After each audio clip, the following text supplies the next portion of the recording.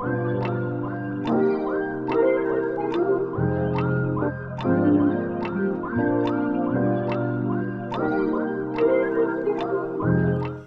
back to another episode of the South by East podcast, where we talk about music, scriptures, and everything in between. Brail, where are Yes. we at this week? Yes, sir. So, man, this week's episode was really brought on by two things. Number one of my favorite artists, Lupe Fiasco, he has a song called Chopper, and he had this line that I never quite understood about looking ghosts in the face. And I was like, man, that's poetic. That's cool. Yeah. Until I saw this interview where he talked about the neighborhood where he came from, and he saw some of the ghosts in the video, and it had this profound impact on him. And I thought about him leaving his neighborhood in order to do good.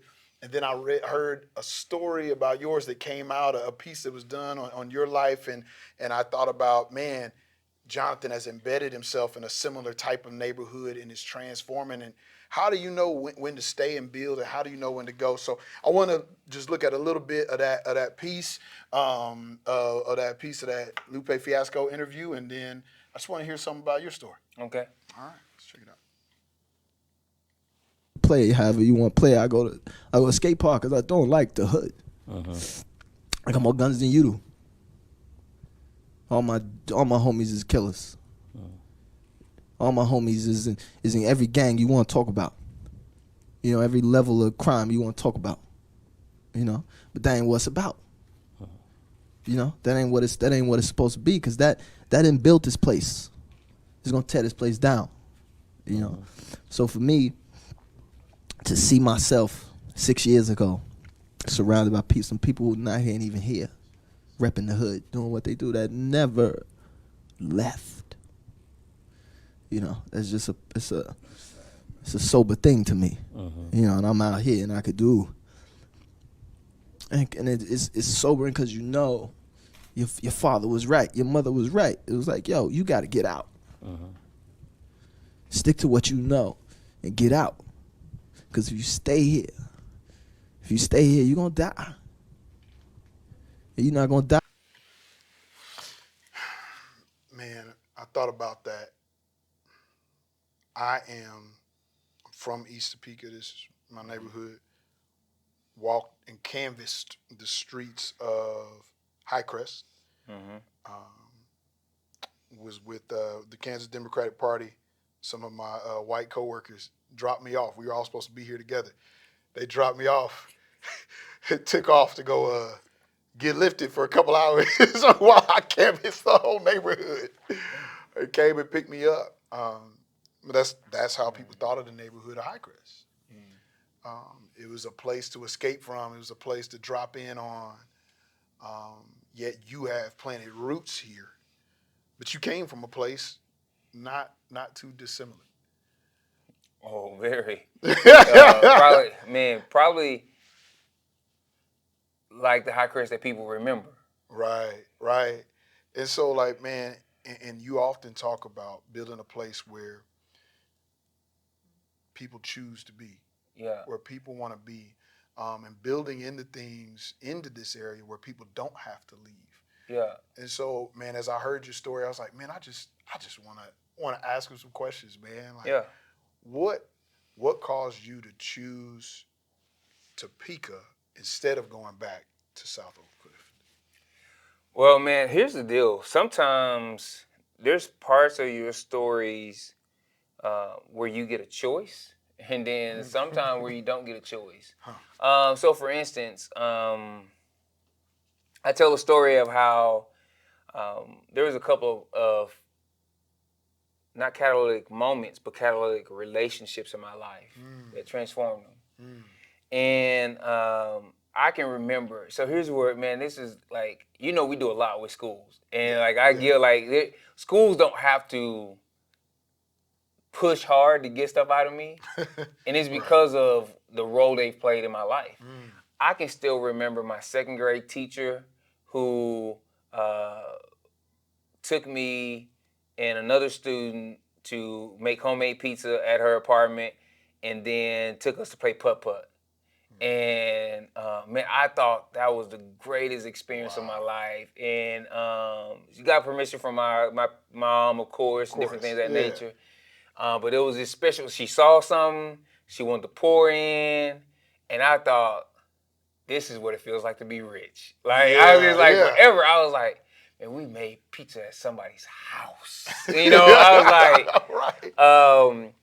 and then my sixth grade teacher, man, I always tell a story about him taking us to his house to eat dinner, and that was the first time, other than Cosby Show, that I saw a family eat dinner together. That day, I said I was going to be rich, and people say, "What does that mean?" I said, "Man, I'm gonna have a family, and we're going to eat dinner together." And you know how much I treasure dinner. But he's also the one who taught me how to write my first research paper using an Encyclopedia Britannica. Wow. He also was my basketball coach. He took me to a game at SMU, and I remember.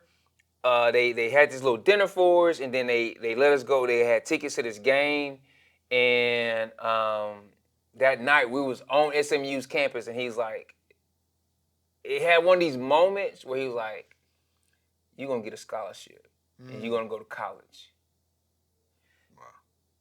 Wow. And I was like, "Oh, oh, okay." And because he had told a story of how he had both academic and athletic scholarships, and how he played college basketball. That became my goal. He was the most successful person I knew at that point. And so that became my goal, to get both academic and athletic scholarships to go to college. What did that feel like when he said that to you? Was it like, I can't see that, or was it, okay, if you say it, then that's what I'm gonna do? Bro, how did that hit you? I started storybooking my shoe commercial where I was gonna dunk on Shaquille O'Neal. Let's go. Oh, because Shaq at that point, Shaq had just made it to the NBA. Yeah. He had came out of LSU early, went to Orlando. He had a Reebok sneaker, and he came out with a rap album, all this kind of stuff. Yeah. And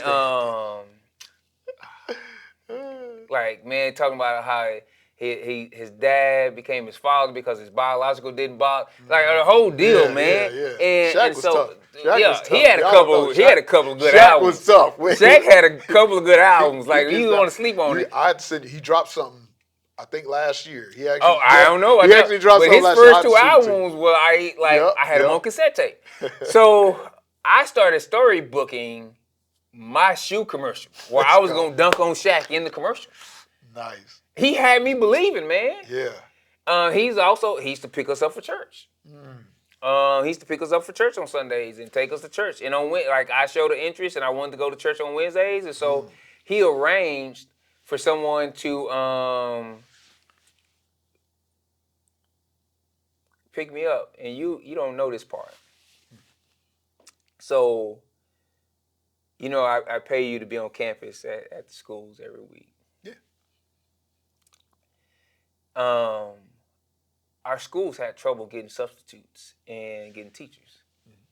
And so he got his pastor to start being our substitute gym teacher. Wow. And he got other people from the church to start subbing there. Wow. And this being at the school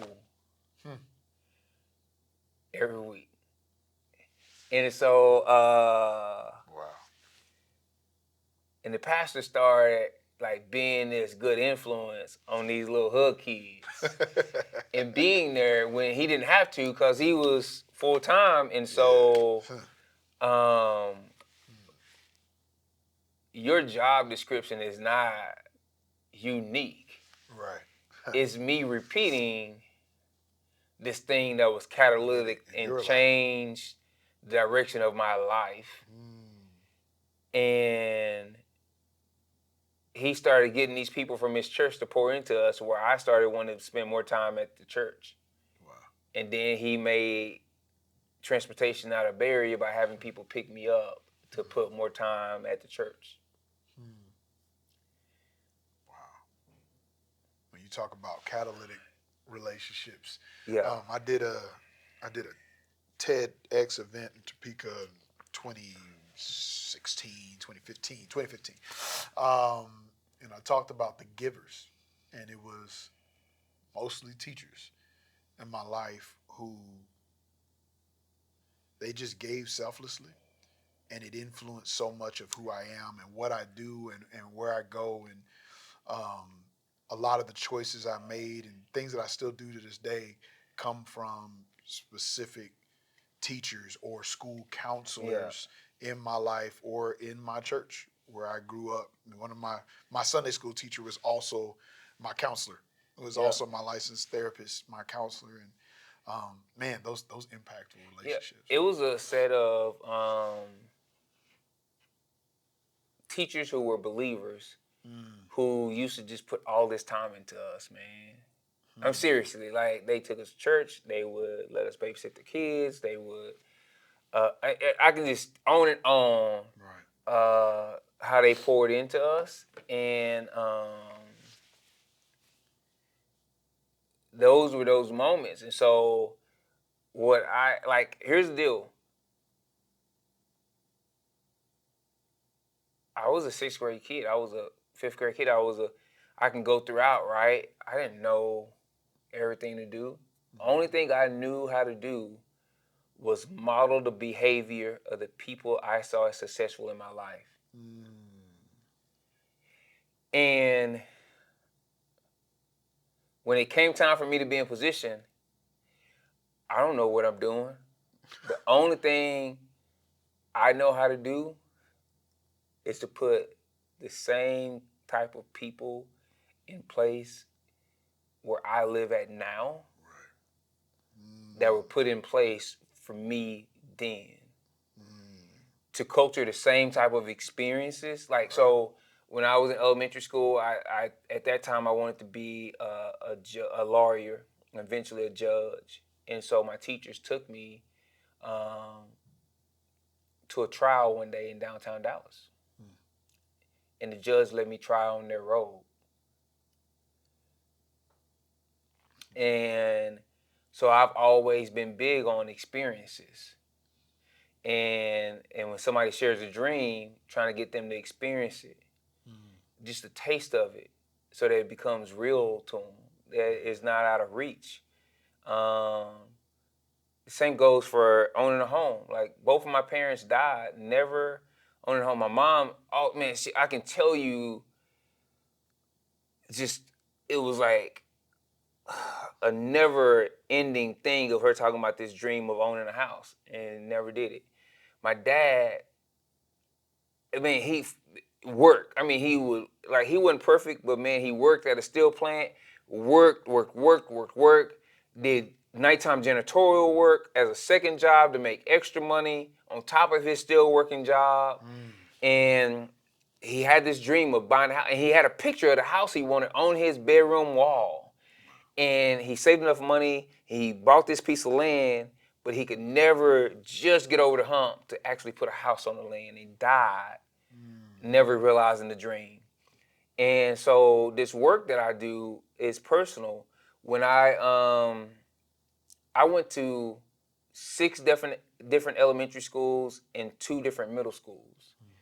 They say that a kid loses 6 months of learning every time they transition schools. So you add that up.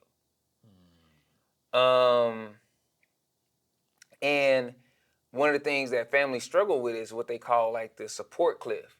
So that when they start making progress in their life, often they have to leave the place where they're at. And then what happens is they have to leave their whole support network, these relationships and everything they built to get them to help take a step. Right. And the same thing for kids. When you bond with that teacher and then you change schools. You bond with those friends and then you change schools. You finally figure stuff out and then you change schools. You're starting over all the time. And so here, what I've been building and never have really publicly laid out the whole vision is I've been trying to build a neighborhood where someone could take their next step from being unsheltered all the way to owning a home and never have to leave the support network that they had.